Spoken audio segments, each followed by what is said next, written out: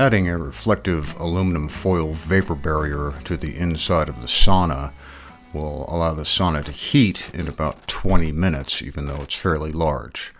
This vapor barrier is taped at the seams with reflective aluminum tape, and that prevents any steam from getting to the Dustcrete and the framing members. So we're installing this on the ceiling and all the walls all the way down to the ground. And then this should keep an envelope where the steam can rise from the stove, circulate through the room, and exit through that vent, and keep it from degrading and building up, causing mold issues on the Dustcrete layer. Not that Dustcrete really permits that with its alkaline pH. So to protect the aspen tongue and groove we're going to install, I've got these stickers cut at 3/4 by 3/4, and I'm just going to go in and attach these to all of the framing members inside of the sauna. So here we're attaching to the collar ties in the ceiling and then to the studs in the wall. And so my theory is that by suspending the aspen tongue and groove away from the foil material, the humidity should regulate pretty well through the wood and through the space with sort of passive air movement. I'm using 3-inch ring shank nails to attach these to the framing members, so they should have no problem bearing the load of the tongue and groove. And I also made allowances for the chimney penetration, blocking off so that the edges of the tongue and groove could attach to something and not just be flopping.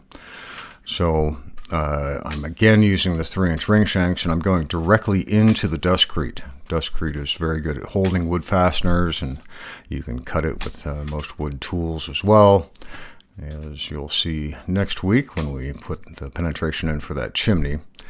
And then layout is important, so I'm getting a halfway measurement and doing the math to determine how many boards I can fit between the center point and the edge, just to make sure that I don't end up with a sliver on one side. And 9.1 is what we come up with, so we can just leave a little gap against the wall and start installing the tongue and groove.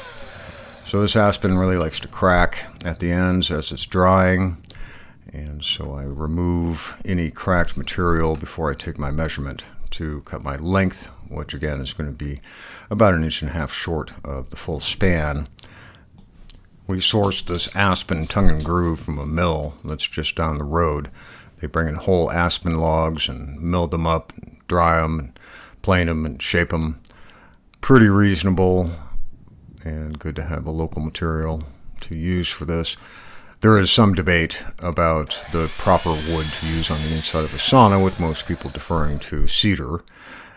Some folks are actually allergic to cedar oil, so this is a more universally accepted and, I'm told, frequently utilized in Scandinavia as well, to use poplar or aspen or cottonwood or something like that. And the lighter color of this wood will actually make it remain cooler than the darker cedar. I'm using 18 gauge brad nails, 2-inch long nails.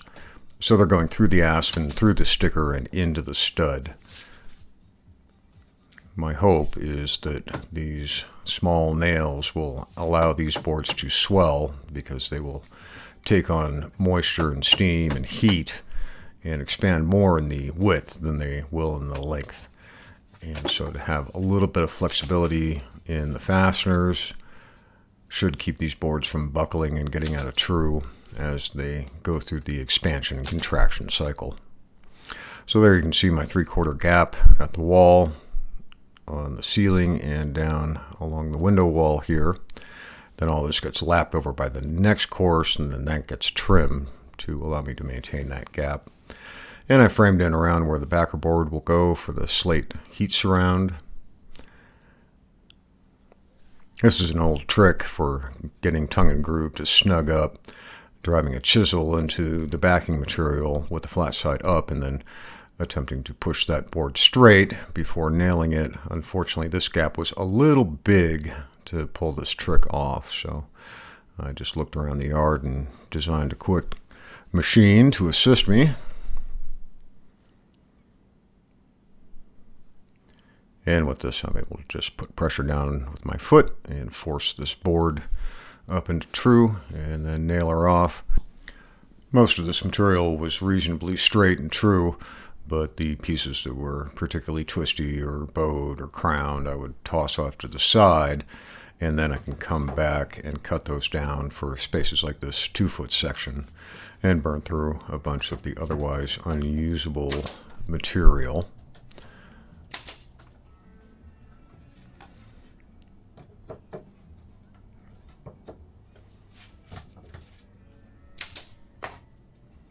Now the outside I finished off as well with the aspen. All these gable end pieces are individually measured, cut, and bullnosed, and same with the eaves there. Basically just started at the edge and worked this back until I was past where the surface of the finished plaster coat would be. In the back, rather than go vertically with the aspen, I went horizontally, so I added some blocking up against the rafters here.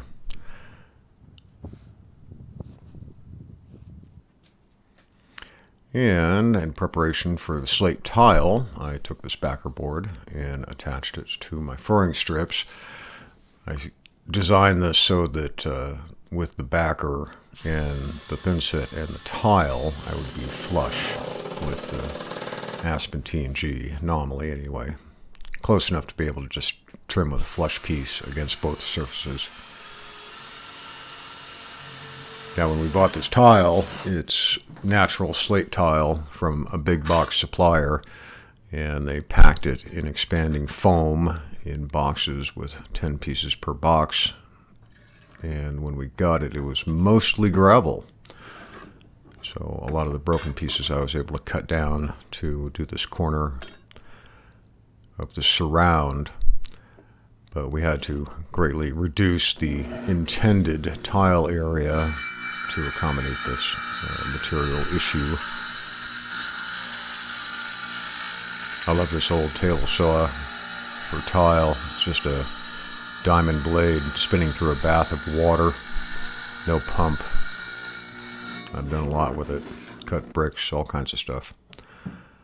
So with these natural slate tiles, in the best case, they're never the same size or perfectly square, and so allowing for a 1/4 inch or so grout joint is pretty key. Just using a simple polymer fortified thin set here and some spacers. Kind of have to split the difference on a lot of this. Not like setting ceramic tile or something like that. So on some occasions I would trim them down to get an extra 1/4 inch off of one side, but for the most part they laid up pretty easy. When it came time to do the benches, I set up the laser level and marked a level consistent across the wall, and then took my multi-tool and cut out the stickers that are below the bench level. And then I had stops that I could essentially raise the frame to and know that I was level all the way across the wall.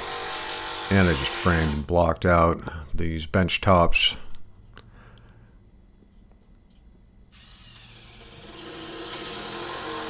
Put a good bit of blocking in there so that I could make sure that the seats wouldn't warp up, and had plenty of attachment points. And then I just set some screws in that back, and you'll remember that I had the blocking framed into this wall, so I can screw anywhere in there and hit meet. So the idea here was to put in these bench frames and then legs that will also catch the other angles on this bench assembly.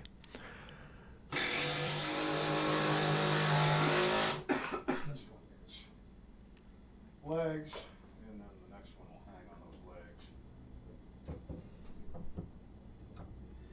By wrapping the bench's top and sides completely, then you prevent creating a space that's going to be difficult to clean. Just seal it right off.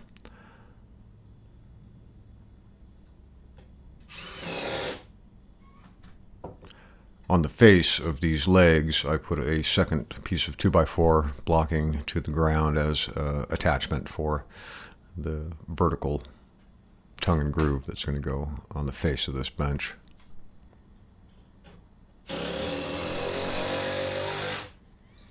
We talked a lot about configurations and ended up going with essentially two L's, a high L and a low L,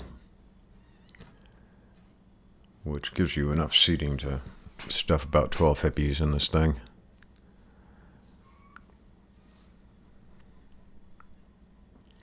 There's the low bench. There's a piece of trim that will go where the wall meets the bench, and trim in the corners as well. But all these bench tops are double bull-nosed, and they overhang about an inch.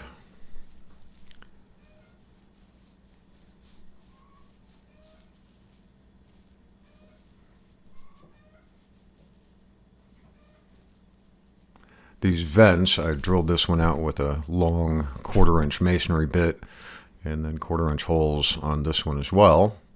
So they pretty much disappear, but allow for good airflow to the fire and good steam evacuation. Got our grout in our tile. And that'll do it for this episode. In the next one, we'll install a shower door to serve as our sauna door. And then we'll install a wood stove to heat the sauna.